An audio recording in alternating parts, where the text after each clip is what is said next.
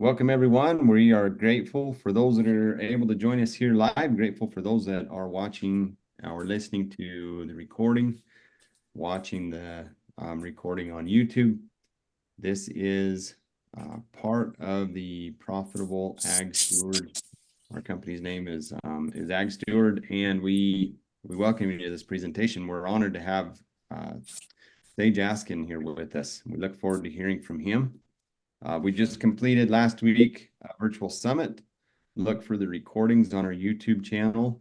Those should be coming out in the next couple days, probably about the same time that this podcast goes out. And so we welcome you to check those out. And also be aware that we have an upcoming event, which is called the Profitable Steward event, sustainable ranching for the next generation. The focus is empowering ranchers to build businesses that last for generations. And that's happening next week. So the dates on that are the 29th and 30th of August. And we welcome you to check that out. This is specifically for family ranches that are working on building legacy businesses. In the recent summit that we did, I did kind of an informal poll, and I did it a couple different times. The answers varied a little bit from between the beginning participants and the end, but overwhelmingly the largest concern amongst the participants was profitability. And so even though we are living at a time with record high commodity prices, we also have inflation and we have record high input costs. And so certainly profitability is a huge concern, and that's going to be one of the major focuses of this 2-day class that we have upcoming, teaching the framework as presented and is laid out by Alan Savory and the Savory Institute. I am a certified instructor with the Savory Institute, and so we're using that framework to be able to lay out for your own business how to become profitable. But it's much more than just an academic class. Like we go into building out all the parts and pieces that you need to have a truly legacy business. So we encourage you to check that out. Again, the landing page for that is events.agsteward.co. There's a minimum charge for it, but well worth the time and the investment. So, Sage, are you there? You bet. Okay, Sage. Well, welcome. Tell these guys where you're from. You bet. So I'm Sage Askin, and we live near JM, Wyoming, which very few of you might know where that is, but about halfway between Torrington and Lusk, Wyoming, far extreme eastern Wyoming. We're only about 10 miles off the Nebraska border, dead center up the state. So, okay. Well, cool. Well, we have some mutual connections, and I've watched a little bit of what you do on social media and keep hearing your name, and I'm always looking for great podcast guests, and your name kept coming up, and I thought, I'll just reach out, and you're gracious enough to accept the invitation. So we really look forward to learning from you today. Well, thank you, sir. No, it's an honor, and I would say, what a testament to, the work that you're trying to do and the, what I understand, the mission that you're trying to serve here. I mean, you've got a great following. I mean, did I hear at least 3 countries represented here, and often 4 or 5 or 6, so what a great job you're doing with this podcast and with your following, Jared. So honored to be a part of it. So. Yep, you bet. You bet. So yeah, let's jump right into your presentation. We'll open it up after that for some Q&A and some comments, and then we'll wrap it up. And then after the recording, for those who want to stick around, if you want to stick around for a little informal Q&A, we will do that after we cut the recording also. That's perfect. Well, thanks, Jared. Yeah, I'll dive right in. So my name is Sage Askin, and this first picture here is our family. This one's about a year old, but my wife is Faith, and we are the co-owners and the proprietors of Askin Land and Livestock LLC, which is our main holding company. Our operating entity is Regen LLC. So kind of falls right in line there. We got that for the state of Wyoming here. Our kids, our daughter Alpharetta, just started first grade this week. So she's 7 and Clancy's 5. He's in kindergarten.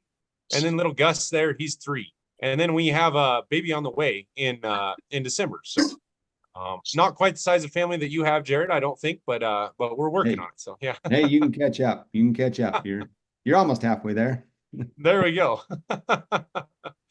You betcha. So no, I'll just dive through this. So I took this picture, and I'll just tell you, what I'll do is I'll tell you a little bit about me.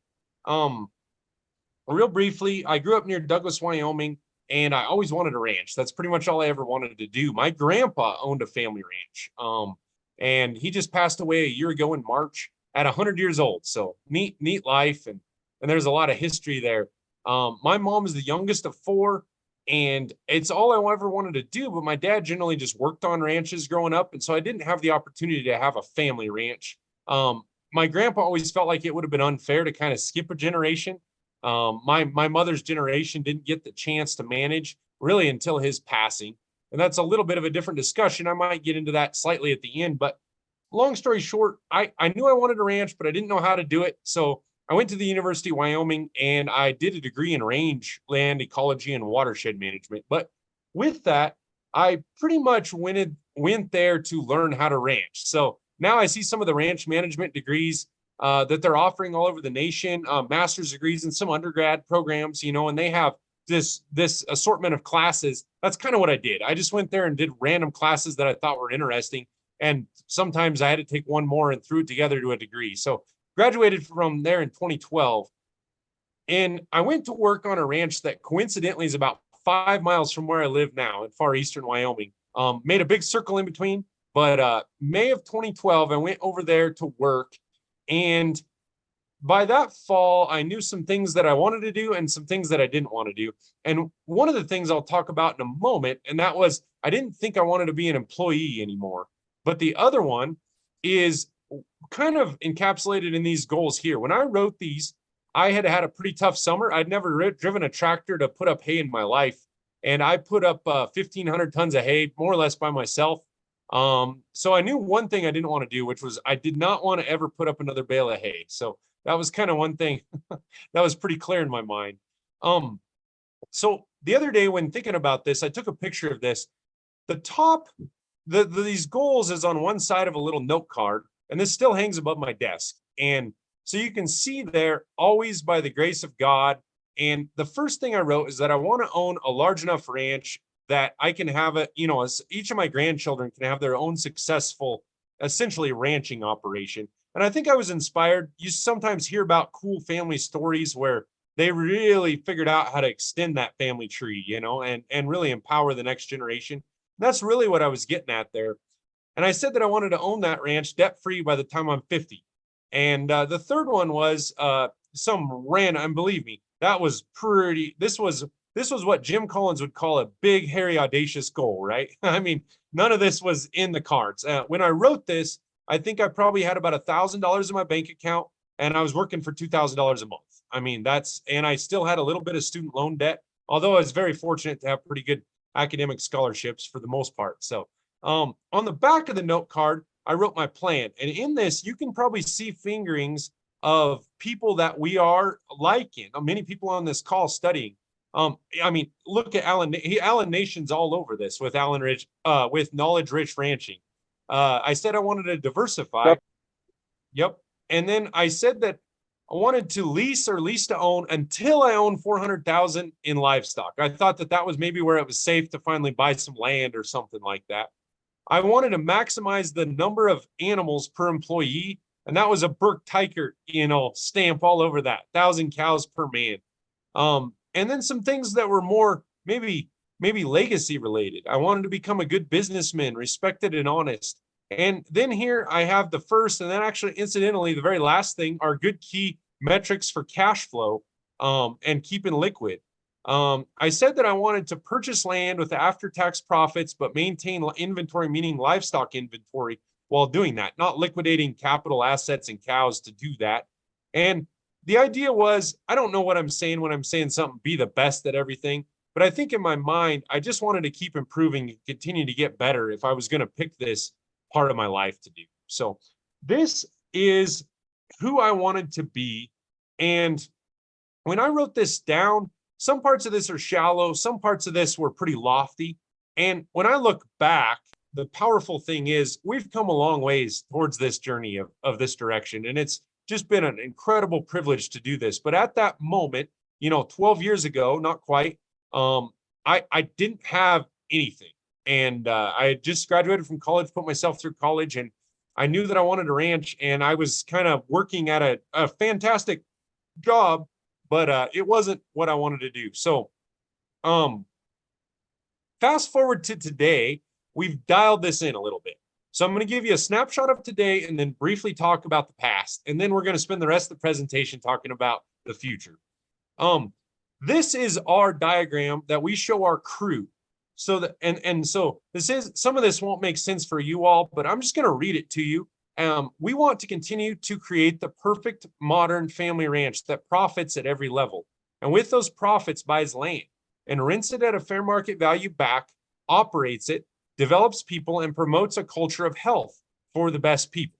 Our team should feel like a train crew that is driving a train essentially on a new track, a totally new track, headed for the promised land.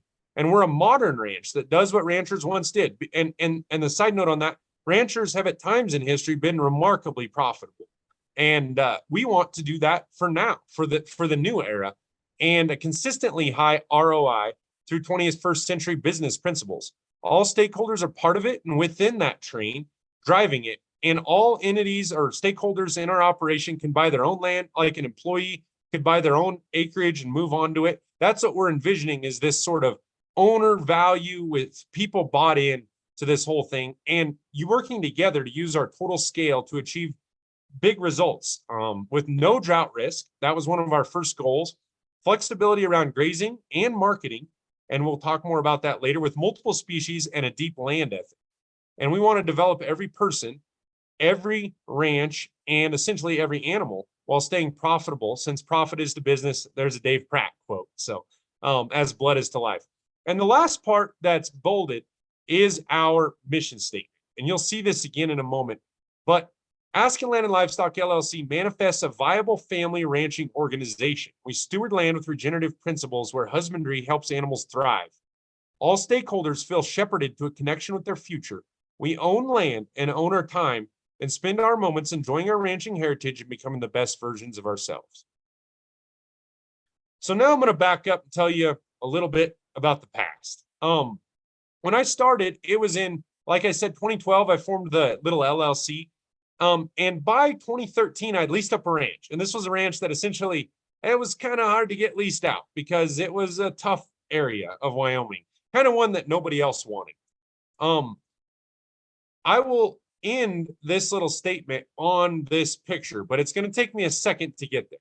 In 2013, that fall, we'd done a really cool thing. We mostly worked cattle on horseback. We did the cowboy thing. We learned to settle cattle. We ran about 2,500 yearlings.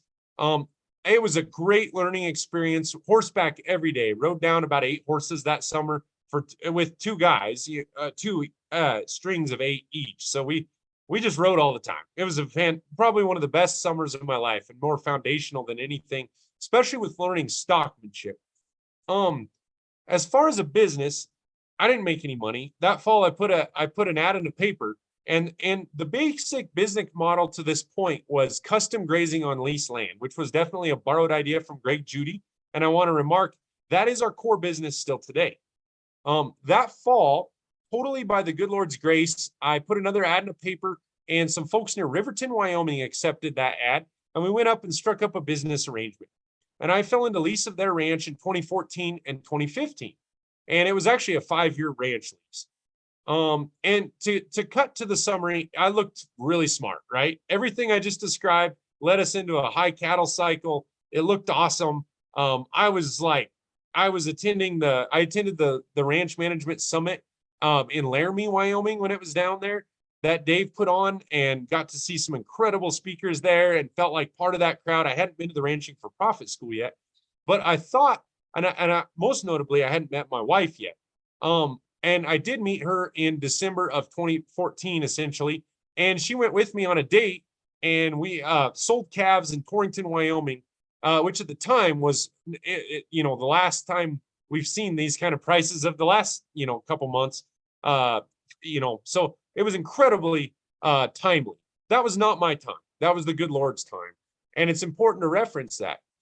I did listen to what people were telling me. I was on the Kit Farrow forum, and there was some great sell-by marketers on there. And I was tuning in sometimes to the Eunice Williams stockmanship calls and the marketing calls. And they told us pretty emphatically to take money off the table. The beef market wouldn't last forever. And I'm not trying to get into a discussion about the last 2 weeks, but that's basically, I pulled money out. We sold every heifer calf, even though they're essentially the first scaled heifer calves that ever wore my brand, sold all of them, and we bought sheep. So we look smart again. And all this happened at a whirlwind pace. In 2015, of course, the market came down. We marketed our animals well. We moved all the money sideways into sheep. And I've got to tell you, what happened is I got cocky in my management. That's the dead truth. And I moved into Lusk, Wyoming. We lost that lease over there. And that's when I learned one of the first lessons. And I'd learned a few. I'm skipping over some little ones. But one of the first lessons I learned in ranching was that if you lease, and we just leased the one ranch over there and one additional summer pasture down here at Medicine Bow, Wyoming, if you're leasing anything, it can be taken from you. It is not yours. And that's an important lesson in my career, is we were incredibly fragile as a business. And now you hear a lot about resilience, and you have for the past several years. We had no resilience at that point in time. So it's not like I could really react then, but I made a little check mark mentally. I had to build resilience into our business. So bringing us to this picture.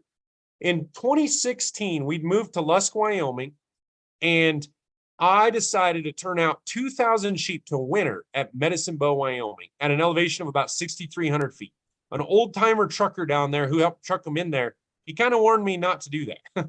And I didn't listen. I was a young hotshot. I had hay, had everything ready. And November, I have a good video of these 2,000 sheep running out of the corral. By Christmas night, I got a warning of a big blizzard that looked like it was going to hit. And I was with my family near Douglas, Wyoming. That night, I wrapped up festivities and I drove all the way to Medicine Bow. I just had a bad feeling in my gut. My wife, who was pregnant at the time, went back home to Lusk without me. And that's the last she saw of me for about a month. I spent the next 2 weeks going through a lot of stuff down there, but I'm going to cut all the way to the chase of when I sat down and took this picture. I had been there for probably 14 days straight. I was moving a bale of hay to try to get to some sheep that I'd seen at a distance through binoculars. It was about 6 sheep. We were short about 1,000 out of 2,000, and I was pretty excited to find 6 sheep. And I did not catch those 6 sheep. I tried to get out of the driveway. I was staying in a little camper plugged into the side of just a little electrical outlet. There was about 2 feet of snow on the level, and I made it about 50 yards, and I got stuck. I was all by myself. I was going to have to shovel this thing out. And I just was pretty, I'm not sure about this whole ranching thing at that moment in time. And so what I've just described was a management error. And one of the other lessons I had to shoulder was to own that. And you've heard Jocko Willink referenced, extreme ownership. There's been nothing more foundational in our career, but to learn to own your mistakes and deal with them as they come. When I was in November of 2016, backing up, I went and joined the Executive Link program because we had attended the Ranching for Profit school. Like I said, kind of hot shot, whatever. I felt like I was on top of the world. November, it looked good. Everybody was slapping me on the back. We had built up to about a $400,000 net worth. By, the next fall meeting for Executive Link, I spent that meeting in tears, and so did my wife. And we didn't know what we were going to do. This is a picture I also keep on my desk of our foreclosure notice. This is, I'm not trying to call out a bank here or nothing. I also want to make clear they were totally in their right to foreclose on us because we had failed the terms of agreement of our loan. We no longer had adequate collateral to collateralize our operating note. And I don't blame them for doing this. However, it was quite a slap in the face. We had never missed a payment. We just were about $150,000 underwater. We went from a plus 400,000 to negative 150,000 in the space of a year. And that was a business learning curve. At that fall's meeting, I was on the board with a fantastic mentor of mine. And he was actually from Southern Utah. And he told me something that stuck with me forever. He said, you don't know this, but this is the best thing that's ever happened to you. You will never, this is going to be hard, but this is not a stumbling block. This is a building block. And I didn't believe that for the next 5 years, but I believe it now. So what ended up happening is we were blessed at that moment with people. We stretched our wings. We used our EL board to the T, and they helped us to the nth degree to figure this out and figure out how to successfully pull this business out of that. It led to more debt. It led to private finance where we were already paying. I mean, I knew about this 10% interest deal years ago because that's what I had to do to get people to invest in us. But we've successfully grown the business from that to something today that is providing family living for 16 different families. And we are just super delighted to be able to do that. And we owe all of that to God and the path that he's led us down. And I believe that that huge stumbling block of the loss of all that, and I didn't even talk about the emotional strain that is, but I'm sure everybody on this call can imagine some of the things that were involved in that. But I'm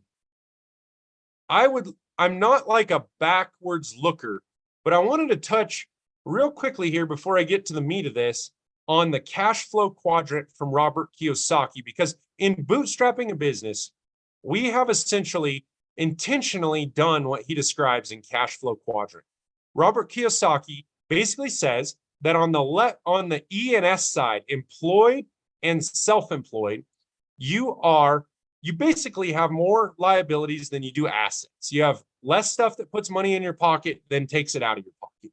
On the right side of this, the business owner and the investor, you have to accumulate enough wealth that you can sleep at night and your money makes money, and you suddenly are creating more assets than liabilities.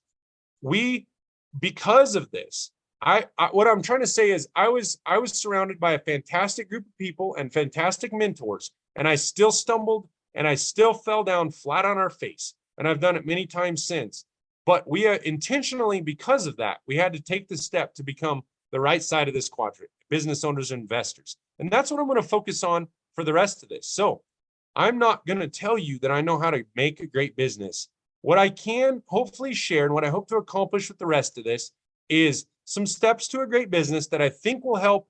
And I have succeeded in this if I inspire just one person to maybe do one thing right that helps you and blesses your family. So here we go.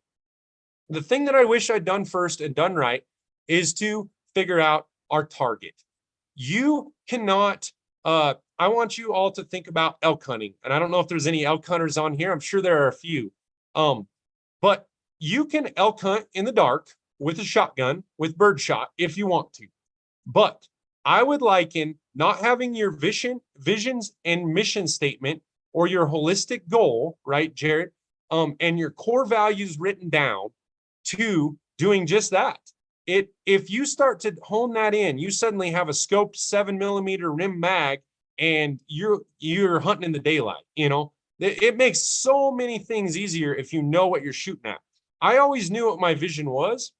The note card I showed you earlier has fragments of our vision, but most importantly, I was sometimes straying from that. I strayed from the liquidity targets that I'd set for myself. I strayed from some of the stuff because I hadn't built systems around it that would support a viable business. So here is our mission statement, and I already read it to you. And I'm just going to show you our core values just to show you that we have these. And we share these with our team, and team members join us to become part of this because they align with it. And that is what these are for. And this is all about finding great people. The next step, and this is where I actually started out of college, was production. And we believe that there are three main elements of production that we should focus on when building a profitable business. After, I believe, you've actually identified, and by the way, 2 resources for finding your mission and vision are living forward and start with why and completing the find your why. I highly recommend those resources, and I can get all these to Jared later.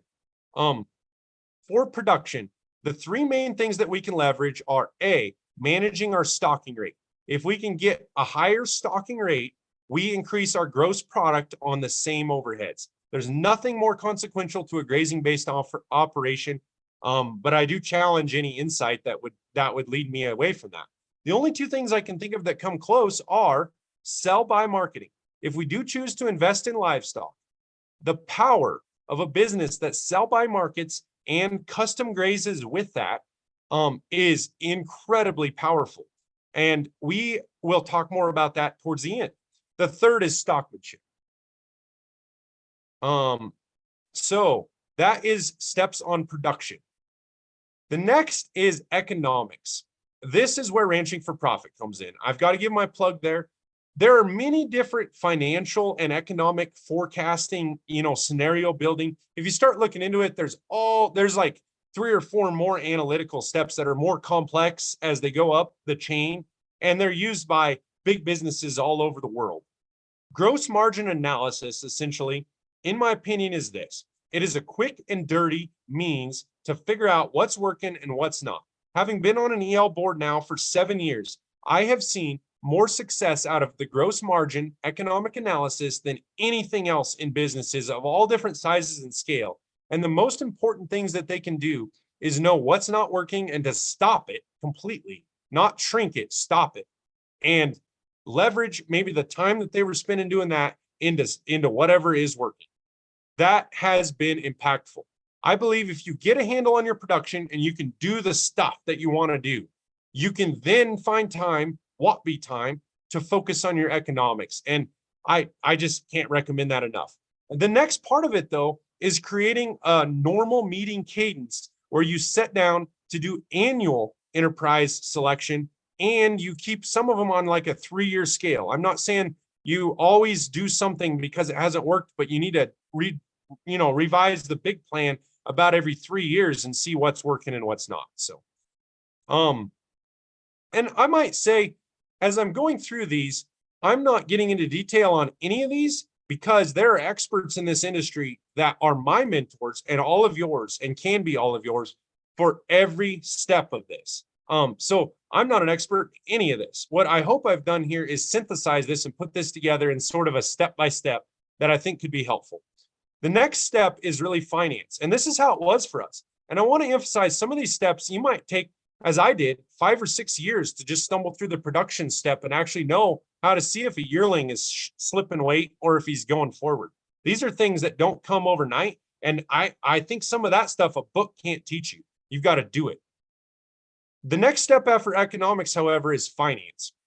I know we're taught in normal ag classes in the university or in Wyoming and universities and 4-H classes and FFA, maybe to do taxes, finance, and then economics. But as anybody from Ranching for Profit, any graduate can tell you, you should flip those on your head and get them in the right order. And that's economics and then finance. And I haven't really got to a stage where we worry about taxes, but we'll talk about that in a moment. These are some terminology. You'll find a lot of that in finance. But essentially, if you're going to spend $1, make sure it returns you money. If we plan for profit, a lot of things get easier in our life. And like Wally Olson likes to say, if you do a business that has margin, it's going to, it doesn't take, you can really mess it up essentially, and it still works, whereas these low margin enterprises are the ones that can fail and fail fast. So gross margin ratio, I already talked about. Gross product per FTE. This, I believe, is fundamental to scale on these large scale Western ranches. Since my crew of family members is still small and don't help much yet, don't get me wrong, they help plenty, but sometimes they're not quite in the right spot yet. We have to focus on this intently. I think one of the worst things for our mental health is a single person or a single family employed on a ranch all by themselves in the middle of nowhere. And the stress that puts on a family has always been and always will be just incredible. We have found to get good employees, we focus on supporting them so that there's at least 2 members on a work site or a unit that can help each other. And we try to crew up and help each other even across the country at a bigger scale. Working capital. This is basically what I was talking about on my first placard, but I didn't know what to call it. But essentially, it is it is your current assets minus your current liabilities. And there's nothing more important than to keep this intact, because this is your liquidity. It's a measure of liquidity. And essentially, why I failed early on is because I leveraged up to the hilt. I was reading way too much Robert Kiyosaki, and I had to be a little more diligent as a business steward of keeping myself in check on that leverage. And then that falls right into hand to debt repayment capacity. And so we can just talk more about that if you want any details, but that's what I got. I stumbled through finance, and I felt like each one of these things, each one of these steps got incrementally harder. And the finance step was incredibly difficult. I took no classes in college on accounting. I took 2 economics classes, and they were more microeconomics and environmental economics. So they weren't really related to things that would help me in the financial world or in my economics. But I'll tell you the one that was the most challenging. We spent 3 years of our lives and our careers, and we just wrapped this up in 2023, getting a framework for HR. The first time somebody told me I needed an org chart, it was myself, my wife, and one employee in about 2018. And I laughed. I thought, why would I need an org chart? My name's on all of that things. But the fact is, you have to put the PA and KRA, means position agreement and key results area. And you have to put that for every role in every chart. And you'll walk away from, for example, the Ranching for Profit School, but anybody can get on the internet and figure this stuff out. You have to have an HR manager. You have to have a finance manager. You have to have an operations manager. Yes, if your name's on each one, that does not mean that you're doing each one unless you set time aside to do it. Writing down an org chart provides a platform for you to do all the different roles within a business. And believe me, once somebody's doing all the roles, you actually start to have the framework of a business. The next thing is those roles need to tie, and this took forever to do this part, directly back to your core values. And we do that through KPIs, or key performance indicators, that we can look at on a quarterly basis on our team members, evaluating ourselves, team members evaluating each other and their direct reports, to determine whether or not they are doing what they said they're going to do, what they hired on to, and more than anything, how to help mold them into the position and the right seat at the bus. To complement all this, we have to provide, I grew up on the old school rancher deal where they would give very little direction and you had to learn from observation. But I'll promise you, that is not how we're going to learn in the next 20 years in the same manner. We need it much quicker than that, and we can't be left to stumble because, to be honest, millennials, Generation Z, Generation Alpha, they have better things to do. They'll just go get a different job if you leave them hanging. Our employee field for the next 50 years is going to be that group of people, including my children, who I want to romance to do this. So it's my duty as a business owner to provide for them a SOP manual and policy to give them a really good idea of how to prioritize when they're having to make the decisions that they have to make on a daily basis in our operation. We've achieved that with an SOP manual. We review this every year, and it's pretty extensive. It's about 150 pages. I believe Marlene's gotten to see it, and maybe a few others. In addition with this, we have an intensive meeting cadence that we perform. It's not that bad.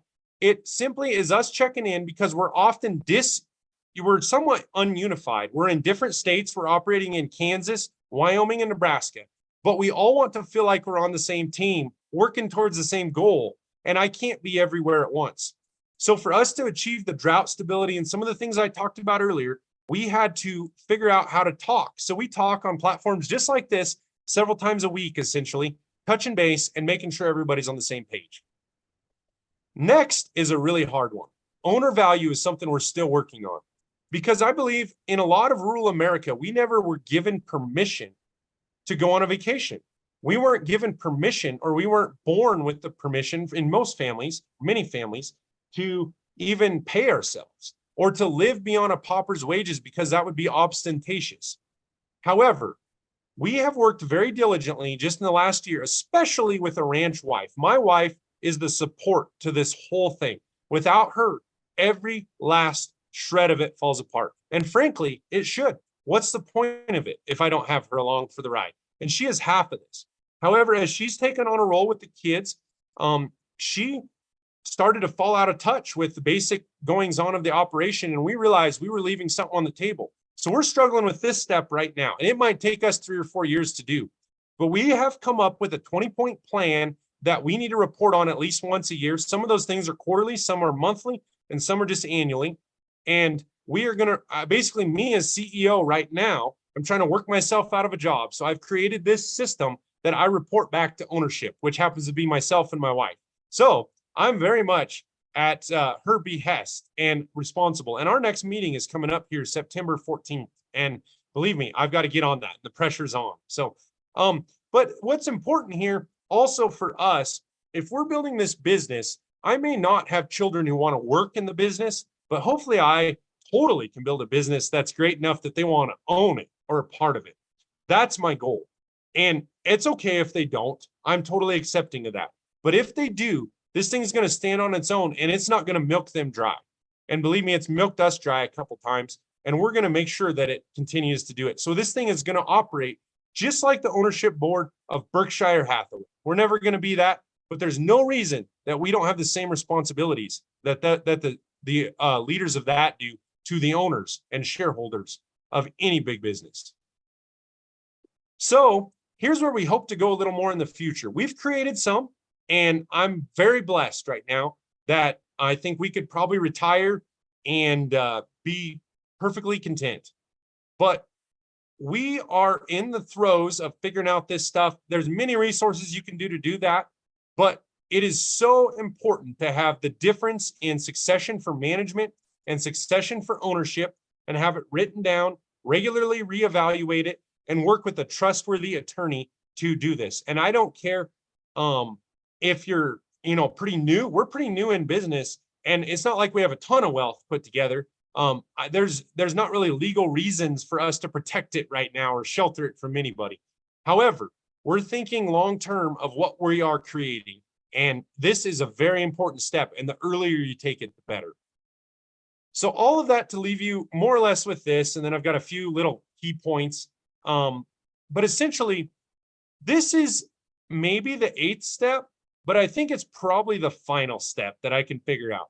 Now, like I said at the beginning, I'm probably going to add steps to this. If you do this presentation in 10 years, I'll probably have 10 more steps. And I'm sorry, I don't know what they all are yet. But what I do know is these are things I think about every day. And I want to leave this world a little better place than I found it. When I was starting out ranching, there wasn't a single person, not one person in my regular crowd who told me that it was possible to go ranch. I went and met with the banker, and he laughed in my face. I met with other bankers, and they did the same thing. Even my family kind of more or less, my grandpa, who was a great supporter, by the way, he told me, well, you better find something else to do. This isn't that great. And you know what? On many things, I agreed with my grandpa. On that one, he was wrong. It is the greatest and best thing that we can do, but it's in our mind, and all the power to do it is between our ears. And so I just encourage anybody that I run across to try to do this and to think about these things on a daily basis. But what's important is we're doing it we have to do these things. I don't know if you have to do them in this order. For us, we had to do it in this order to start to build something that can start to live on its own. So here's just a few things I'd like to leave you with, and I'll probably leave this up until the very end. I think, Jared, you wanted me to put up a slide about what we do as a business in case anybody's interested. But this, I thought, was maybe some little discussion points, essentially, and I'll just run down them very quickly. One, always plan for profit, whatever you do. Some good books are that I don't think we're born with in anywhere that I can tell in Inter-America. Maybe learn how to handle your money. And there's some good books, Psychology of Money, Love Money, Money Loves You. KLR Marketing, Wally Olson, and others are really instrumental in teaching sell-by marketing. If you're going to invest in livestock, you better understand that, because I don't think there's any other way for a young guy to pay a loan, period. I mean, you just can't lock yourself in if you can't do that. Buy land later for wealth and security. I do firmly believe that you should eventually invest in land. And I think one thing that my family didn't do well was backing new ownership.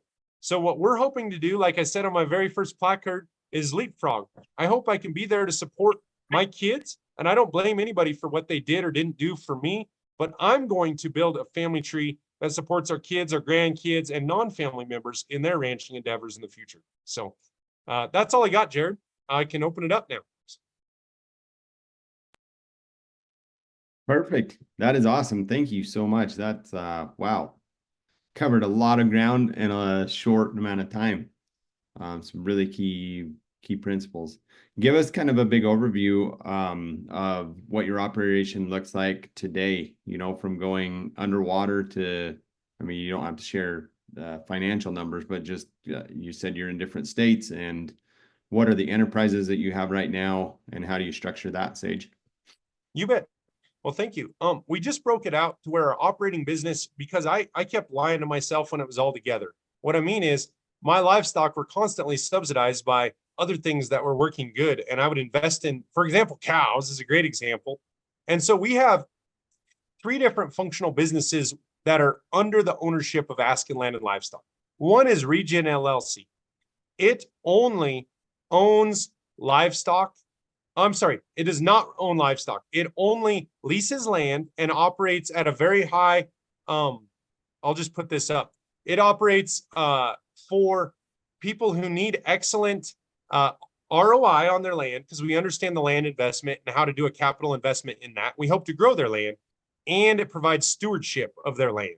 We're mainly concentrated on deeded land, but we do have a lot of federal land and some state land that we operate, state of Wyoming land.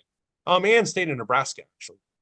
In addition, Regen LLC serves one other client, and that is livestock owners. And we do that for cattle, sheep, and goats. We're super blessed to be able to do that. We've also run a llama once, and we'd be open to more of those. And essentially, we're trying to, both of these, we are totally a service business. Every day we wake up with Regen LLC. We have great leadership and Seth Harrian on that. He wakes up every day and sees how he can serve people. He's calling them and trying to figure out what he can do better on. And I put a considerable amount of time towards that. Our second business under Askin Land and Livestock is Askin Livestock. That is the one that owns the animals. It is a client. It pays full market value in direct competition with anybody else to Regen LLC. It gets first dibs on leases, but we're a small fragment of our clientele. Our third business is just for fun. But not really for fun. For liability protection, we split out all the vehicles because we're operating in multiple states. We have a lot of liability hanging out there. And we have our vehicles in an LLC called Rusts, Rots, and Depreciates LLC. And we try to run that as a profitable vehicle rental business. And so every month, Regen has to write a big old check to that one. And I'll tell you what, that's probably our most profitable business. I don't know if we are charging too high a rent or not, but it's been pleasant to be able to pay those repair bills and not have to worry about where the money's coming from. So that's kind of the core. As far as scale, you guys care about land. We operate on about 4 different ranches in Wyoming. We operate on one ranch in eastern Nebraska near Atkinson. So that's 5 hours away. And then we form basically a triangle with western Kansas near Healy, Kansas. So we're on the Brush Creek Ranch owned by Dr. Mickey Kime. We're on the Reese Ranch in eastern Wyoming. And we are on the Kramer or C4 Grazing Ranch down in western Kansas. And then in addition, my mom's ranch is on the northern Laramie Plains called the Bennett Ranch, and her name is Terry. And we operate a couple ranches near Medicine Bow, Wyoming for Tracy Terrell and Josh Roan. And they are just fantastic stewards. We've worked with all these landowners for a long time. They care about and we align with their needs pretty well. As far as scale, we have about 16 employees for the summer, about 12 for the winter. And we turn out about 9,000 yearlings this summer and about 2,500 cows. And I think we're going to winter about 6,000 sheep and goats. So that's kind of what we're doing on a daily basis, just thinking about all that stuff. So. That's awesome. Cool. Sean asked the question, have you brought any employees into the livestock ownership, and how does that look? Yes, sir. Yeah, we have kind of a plug and play business where somebody can invest as little as $5,000. I mean, your risk is magnified in some ways when you're under like 100,000 on a livestock or under like a couple loads. But we try to allay that risk. We've done some very successful business, returns for people on livestock ownership. for example, if somebody wants to come in and buy as an employee of our business, you are allowed after 3 months, you are vested within the business, and that allows you to buy into some animals. And we can usually plug and play them somewhere in the country that they're going to do better. So, for example, we don't winter them at Medicine Bow, Wyoming anymore. We winter them in Healy, Kansas, and your sheep investment's likely to go a little further. So, yeah. Cool. That's good. And then somebody else is asking, what has helped you the most to be able to scale so fast, Sage? It was really intentionality and actually not focusing on scaling. I mean, we wanted to be drought, so I always had it in mind to do something on a different spot. But we tried some of that and it totally fell apart in the early years because we didn't have some of these steps in mind. For example, you can't hire one person if you don't have an HR wing in place. And you better have at least a semblance of it, or that person is just going to be a high turnover, which is what we kind of dealt with in our early years. And so I would say getting HR in place has allowed us to scale. And actually, that's part of getting better before we get bigger. And believe me, the first time somebody told me that, I was so mad. I didn't like hearing that because I'm kind of a scale type person. So yeah, that's cool. What do you say helps you to attract quality employees? What is absolutely business? I think since we got intentional with our interview process and selection of employees who have extreme, and I'm going to use the word extreme, alignment with our core values, and they are drawn to our mission statement. And at that point, the three things that are working for them powerfully are autonomy, mastery, and purpose. And as we focused on those three things, it is less about money. We don't pay the top in the industry. We pay pretty well, though. We pay far above average, but we definitely don't pay the best. We're competing with some big corporate ranches out there who pay a lot of money to their employees. Yeah. It's more about alignment with values and understanding people. It's our responsibility to an employee to understand them and not put them in a seat at the bus that they're not capable of handling. So we still mess up from time to time, but I do not have a problem finding good employees. And I think it's because we've spent so much time focusing on our HR. Yeah, that is cool. Do you like the templates and the things that you have created? Are those things that you've shared with others? And how might somebody access that? Or would you be willing to mentor, consult, coach somebody who's wanting to implement some of the principles and practices that you've implemented, Sage? Sure. Yeah, I'm always willing to help. I do keep a pretty full calendar, but I'm happy to reach out. So I'd say at the end of this or whatever, you can throw up our email and anybody's welcome to get a hold of me. And I'd love to spend some time on the phone when I can fit it in and visit about anything I can do that might help you. So anybody here. And I suppose that I can just hear some people on here who are ranching for profit, more profit oriented, saying, Sage, you got to leverage that. You got to make some money for some of your efforts. So I need to think more that way, but I've never done any sales of anything or licensed anything yet. But so the next time it has some value, maybe I should do that. So yeah, yeah, absolutely. I think it has tons of value. Somebody who's gone first and paid the price and figured things out. I mean, I'm always willing to leverage somebody else's time, and so I don't have to repeat the same mistakes. A couple other questions here from folks that are listening. How are you utilizing sell-by marketing into your system? It says you spoke of custom grazing and sell-by marketing. Could you expand on that a little bit? Yes, it's the one thing I can't do is give a whole class on sell-by marketing, and you didn't ask for that, but so I hope I don't confuse anybody with the terminology. There's a terminology, whether you call it cost to keep or cost of carry, but essentially what was a breakthrough for me was realizing if I charge myself as a direct expense, essentially, the full amount it costs me to run this animal to some sort of a deal, if that is less money, if I charge myself a full custom grazing rate and I can't find any buys, I custom graze. If I can find a better deal by owning something, then I don't custom graze. It's made it really simple for us. I mean, and I think the thing is, when I started in this, it was from this same place I think a lot of people did. I was enjoying helping my grandpa at 12 years old out on the family ranch and pushing 300 Hereford cows. And I treasure those memories. It's amazing. I didn't picture a herd of 700 goats, out back of our house in polywire. But what I'm doing, what I realized is the animals and what you have depends on what your goals are, right? So our goal is to cash flow land. So we need a very high ROI. Except for 2 or 3 years out of 10, sell by marketing will far exceed any other means to achieve a consistently high ROI that I've found. What I'm saying is, if you enter into the cow-calf business, you are essentially settling for a net zero business if you do nothing else. Anybody who's going to sustain themselves in it, to our experience, has found a side deal. They sell bulls, or they do something. Maybe they do the 5 and Out program of Wally Olson. There's all kinds of ways you can make it work. I'm not saying that, but you can't just settle into what I pictured, what I thought it was back in the day. Yeah. And I think the same goes for stocker cattle. If you're a price taker in the spring buying them and you're selling them in the fall, you're really locking yourself into a box. But the principles of sell by marketing, and it is all principles, help you to find a consistently high ROI.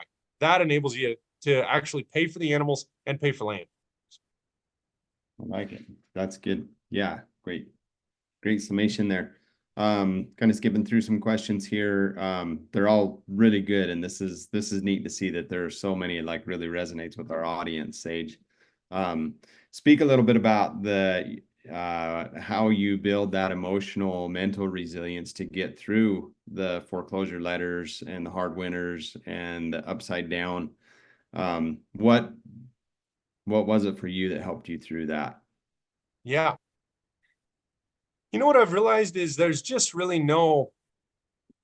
there's no end. I mean, you're not done unless you quit, right? So I mean, there's plenty of times I've been done and the good Lord carried me.